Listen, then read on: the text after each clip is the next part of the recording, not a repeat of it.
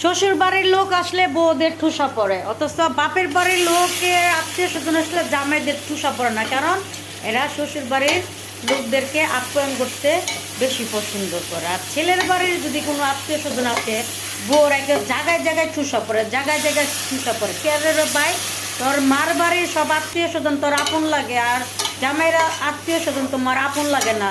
তোমার মার তোমার কষ্ট লাগে, আর জামাইয়ের বাড়ির মারে তোমার কষ্ট লাগে না। তোমারও যেমন তোমার মা জন্ম দিছে অনেক কষ্ট করে, জামাইয়ের বাড়ির মারে জামাইয়ের বাড়ির মা অনেক কষ্ট করে মানুষ করছে। কিল্লিগা দিন শেষে পোলারা কামাই যেন খাইতে পারে। তুমিও যেমন তোমার হক জামাইয়ের থেকে আদায় করতে পারো, মারও এরকম চাহিদা জামাইয়ের থেকে। কেন তোমরা সবই বুঝো, এটা বুঝো না কেন বলো তো? তোমাদের তোমরা বুঝো, মা আসলে তোমাদের বাপ মা আসলে ফ্রিজ থেকে বাইকেরা সব কিছু রান্না করে ফেলাও। আর যে শুনে জামের বাড়ির মা বাপায়, তখন ফ্রিজে তোমাকে কিচ্ছুই থাকে না।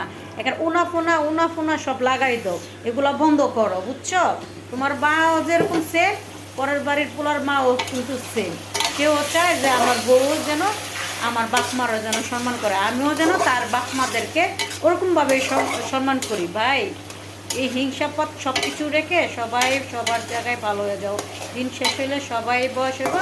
আজকে তার তার মার সাথে এরকম করতেছ, নেক্সটে তোমার সন্তানও তোমার সাথে এরকম করবে। এটাই বাস্তব নিয়ম। সময় ঠিকই বদলায়।